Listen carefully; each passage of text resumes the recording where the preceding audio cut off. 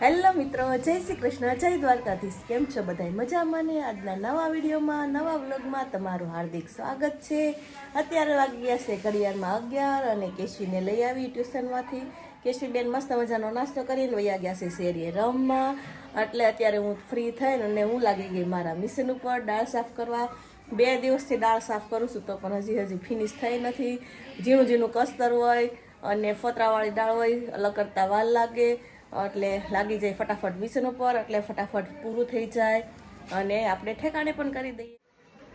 શાકભાજીમાં કાંદો એક એવું કંદમૂળ છે જેને કાપતી વખતે આપણા આંખમાં પાણી આવે છે. કાંદામાં હોય છે સલ્ફર કમ્પાઉન્ડ, એટલે જ્યારે આપણે કાંદો કાપીએ ત્યારે એક પ્રકારની હવામાં જઈને ગેસ બનાવે છે અને એ ગેસ આપણા આંખો સુધી પહોંચે અને આંખોમાં બળતરા થવા લાગે છે અને આંખોમાં પાણી આવી જાય છે. એટલે કાંદો કાપતી વખતે ઘણા લોકો ચશ્મા પહેરે છે. મિત્રો, અમારે લંચમાં છે લીલી એવી મસ્ત મજાની વાડીની ચોળીનું શાક અને કેશવીને બહુ શાક ખાવાની મને કાંઈ બહુ ઈચ્છા નહોતી એટલે બાજુમાં લઈ લીધો ટમેટો કેચપ અને કેશવી રોટલી બોળી મસ્ત ટમેટો કેચપ ખાય છે. જો કેવું લાગે સોસ રોટલી કેવી લાગે કાના? ઓહો ચાલો અમારી સાથે લંચ કરવા. મિત્રો, નામ લખાવો, તમારે ખાવો છે કે હાલો?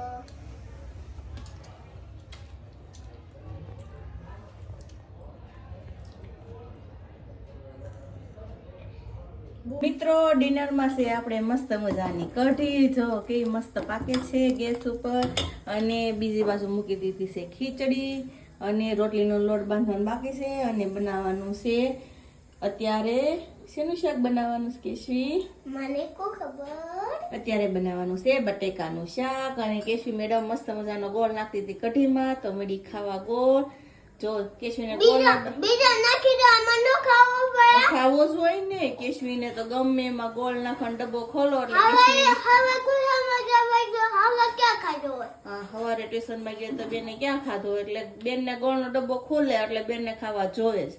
એટલે જો આવું છે અમારે ડિનરમાં. ચાલો અમારી સાથે જમવા.